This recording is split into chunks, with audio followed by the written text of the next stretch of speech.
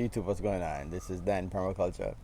Alright, in this video we're just gonna have a little conversation regarding a specific fruit that I think is very, very much underrated. You know, this fruit produces so much food, and yet still I don't really see a lot of gardeners actually growing it. You know, they tend to more want to grow the stuff they see in the grocery store. I find so much, rare and odd vegetables and plants in my garden because I want stuff that I can just walk to the store and buy, which is, you know, more fun for me in gardening. And the fruit that I'm talking about today is mulberry. I think mulberry is very, very much underrated, and I really think we should all be growing a mulberry tree.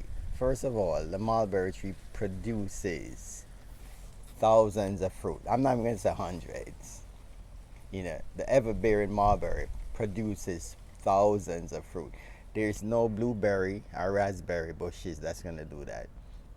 I've been growing blueberries and raspberry for a what? Most blueberries. I have one raspberry bush, and for the past 3 years, I barely get a handful of berries from the blueberries.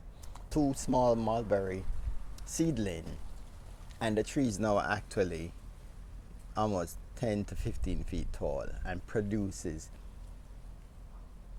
I can't tell you how much fruits. With me, a lot of fruits. Meaning, I am actually harvesting fruits every other day in these small bowls. Each day I actually break my fast. Because I do intermittent fasting. So my first meal is like 12:30 every day, and every day. When I mean every single day, my first meal is a bowl of berries. So I'm in my glory when I could be able to be growing my own berries, and that was the purpose I had the blueberry bushes to get this kind of production. It didn't do that, but a mulberry tree produces so much fruit, like it just, and this is the ever bearing variety. Yep. Produces non-stop. The birds love it. I get a lot of fruits. I don't care how much fruits the birds get, but I get more than enough fruit to share, to eat, to make it jams, to do everything. And the tree just keep producing. Like the more you harvest from it, is the more it produces. Yeah. So my advice to everybody is just grow a mulberry tree. Add a mulberry tree to your landscape. If you have the space, this is a tree that if you want production of fruits, you need to add this to your landscape.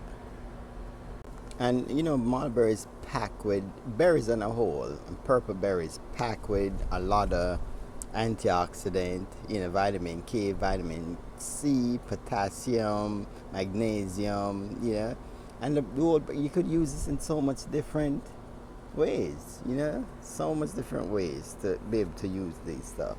Yep.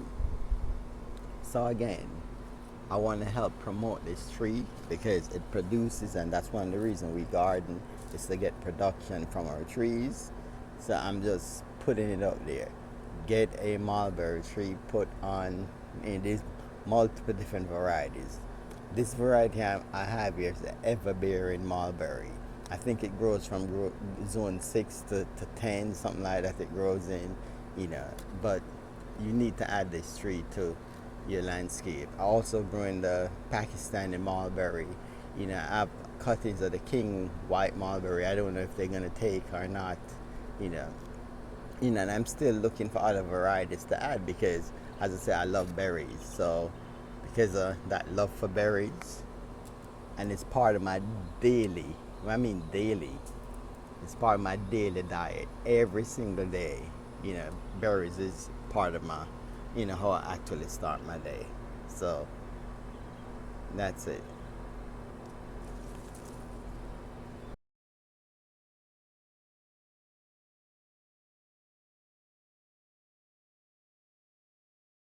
Yeah, and one other thing is like mulberry grows. It grows in the colder climates, and it grows down here in Florida. So it's it's just a tree I think everybody should actually have. You could prune it to the size you want it. Some of the trees, do get big, but they like prune. The more you prune, is the more it actually end up fruiting. Yeah. So I hope you found this video, you know, informative. All be blessed with peace, love, and happiness. One love.